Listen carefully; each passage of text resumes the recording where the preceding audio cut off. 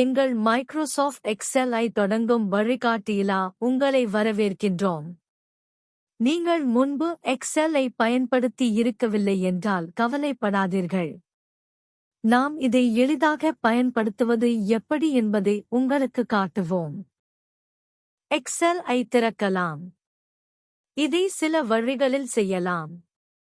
கீழே இடது பகுதியில் உள்ள ஸ்டார்ட் மெனு ஐ கிளிக் செய்து எக்ஸெல் என்று டைப் செய்து அதை திறக்க கிளிக் செய்யவும். அல்லது உங்கள் கணினியில் உள்ள டெஸ்க்டாப் ஷார்ட்டனை இருமடங்காக கிளிக் செய்யவும். நீங்கள் உங்கள் திரையில் உள்ள தேடும் பட்டியை பயன்படுத்தி எக்ஸெல் ஐ கண்டுபிடிக்கவும். அது தோன்றியவுடன் அதை திறக்க கிளிக் செய்யவும். எக்ஸெல் திறந்த பின் நீங்கள் ஒரு வெற்று ஒர்க்புக்கும் அல்லது ஒரு டெம்ப்ளேட்டையும் பயன்படுத்தலாம். டெம்ப்ளேட்டுகள் முன்னமே வடிவமைக்கப்பட்ட கட்டமைப்புகள், ரசீதுகள் அல்லது அட்டவணைகளாக இருக்கலாம். இப்போது நாம் பிளாங்க் ஒர்க்புக் ஐ கிளிக் செய்து புதிய ஒரு பத்திரத்தில் ஆரம்பிப்போம்.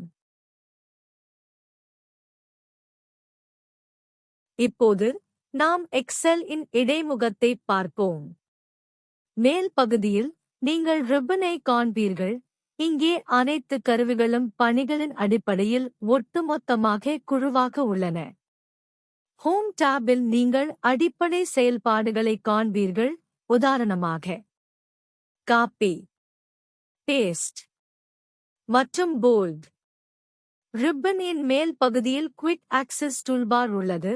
இதன் மூலம் நீங்கள் உங்கள் அடிக்கடி பயன்படுத்தும் கருவிகளைச் சேர்க்கலாம். உதாரணமாக சேவ் மற்றும் அன்டு.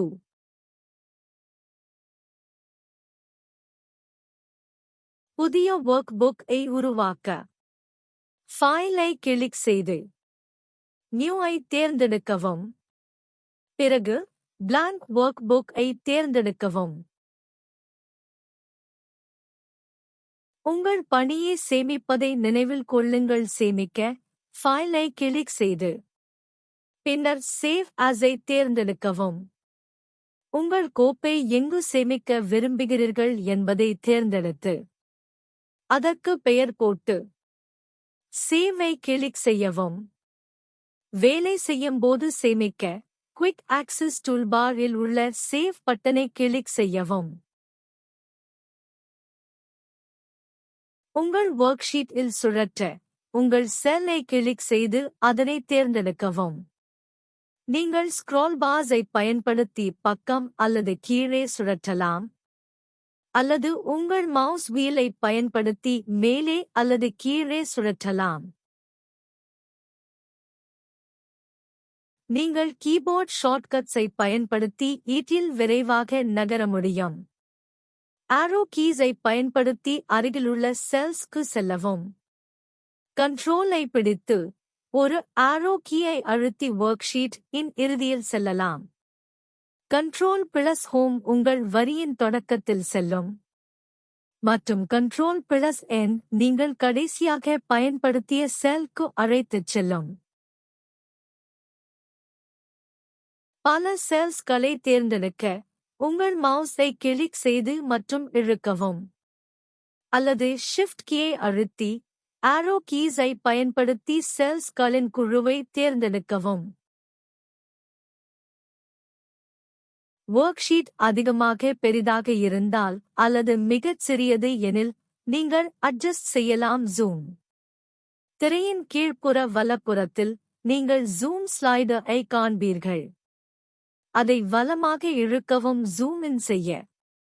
அல்லது இடமாக இழுக்கவும் ஜூம் அவுட் செய்ய. இது அனைத்தையும் பெரிதாக்கும் அல்லது சிறிதாக்கும். நீங்கள் ஒரு மட்டும் ஒர்க்புக்கில் பல ஒர்க்ஷீட்ஸ்களை வைத்திருக்கலாம். அவற்றுக்குள் மாற்ற கீழே உள்ள டாப்ஸ் ஐ கிளிக் செய்யவும்.